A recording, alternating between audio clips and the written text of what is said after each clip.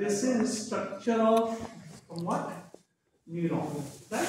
Your cell body, this is structure of neuron. Architectural structure, right? Structure of neuron.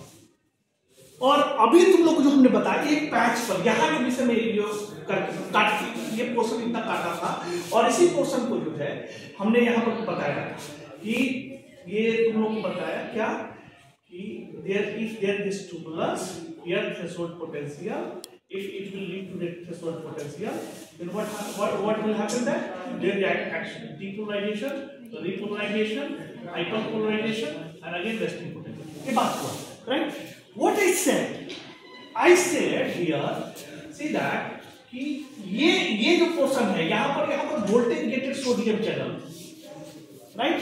यहाँ पर जो है तुम्हारा ये जो पोर्शन है यहाँ पर मैकेनिकल गेटेड सोडियम चैनल, तो यहाँ पर मैकेनिकल गेटेड सोडियम का एंट्री हुआ, यहाँ पर वोल्टेज सोडियम का एंट्री हुआ, ये वोल्टेज गेटेड सोडियम चैनल इधर भी मूव करेगा, इधर भी मूव करेगा, और जब मूव करेगा तो यहाँ का वोल्टेज गेटेड सोडियम चैनल खोल देगा, मूव करेगा यहाँ का वोल्टेज गेटेड सोडियम चैनल खोल देगा, मूव करेगा यहाँ का सोडियम खोल देगा।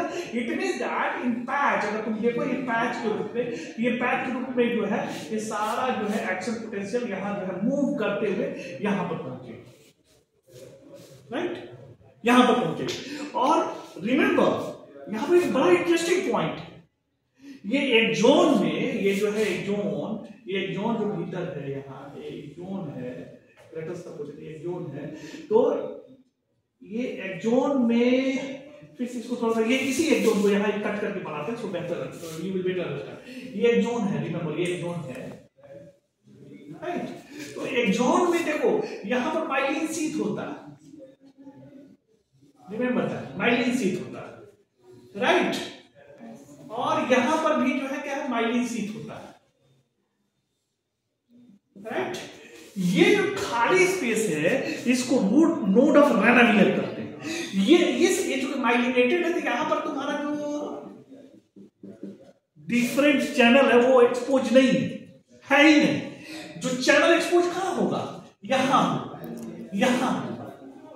अब देखो इंपॉर्टेंट बात, समझने वाली बात समझो कि यहां पर लेट अस सपोज दैट ये एक्सॉन का जो है यहाँ पर तुम्हारा सेल, यहां से एक जोन शुरू हो रहा है, right?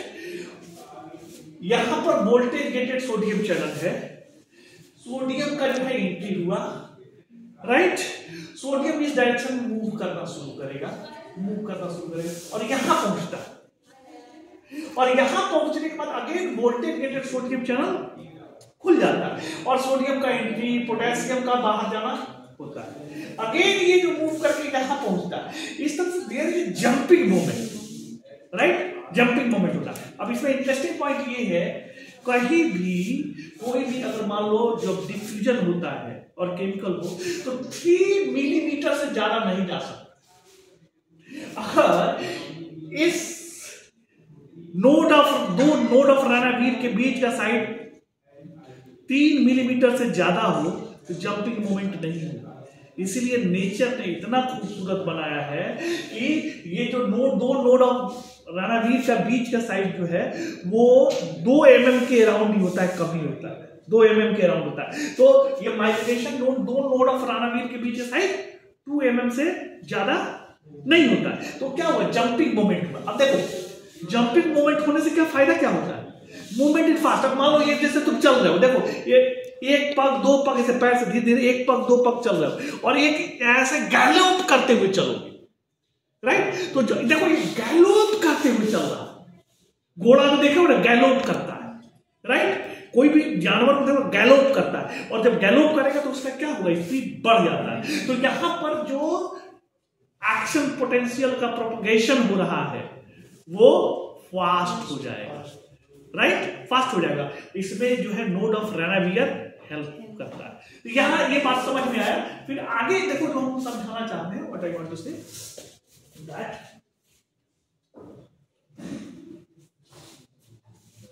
C here this is one neuron,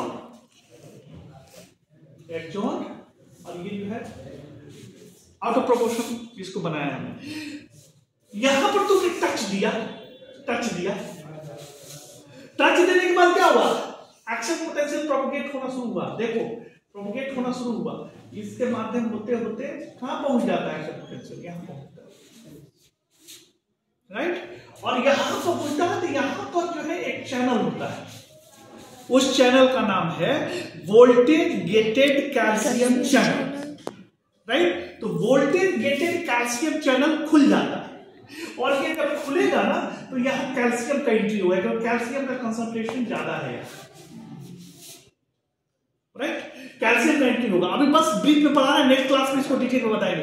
calcium का एंट्री होना ही यहां पर साइटोस्केलेटल स्ट्रक्चर में छोटा छोटा वेसिकल होता है, और इसमें हजारों लाखों की तादाद में न्यूरोट्रांसमीटर होते हैं। तो ये कैल्शियम का एंट्री होना ही जो वोल्टेज गेटेड कैल्शियम चैनल के खुलने की वजह से हुआ, वो क्या करता है कि ये टर्मिनल पर देखो, ये अगर मान लो ये टर्मिनल है तो ये मान लो वेसिकल है, वेसिकल तो इसको डॉकिंग करवाता है और यहां से न्यूरोट्रांसमीटर रिलीज होता है। ये एक मैकेनिज्म है, इसको बारे में कल के क्लास में बताएंगे। इसमें होता क्या है, just I am speaking out, कल के क्लास में जो है ड्रॉ करके बताऊंगा। होता क्या है कि कैल्शियम का एंट्री हुआ, कैल्शियम के एंट्री होने की वजह से जो है एक फॉस्फोराइलेशन होता है सिनेप्सिन नामक प्रोटीन का, सिनेप्सिन का फॉस्फोराइलेशन होगा, देन सिंटैग्मिन, सिनेप्टोब्रेविन, ये सब का यूज होता है, और फाइनली कॉइल्ड मूवमेंट होता है, जिसके वजह से जो है वेसिकल्स का डॉकिंग होता है प्री सिनेप्स पर, और डॉकिंग होने की वजह से न्यूरोट्रांसमीटर रिलीज हो जाता है साइनेप्टिक क्लेफ्ट में, राइट। इस पर जो है कल के क्लास में जो है कैसे रिलीज होता है वी विल डिस्कस, ओके।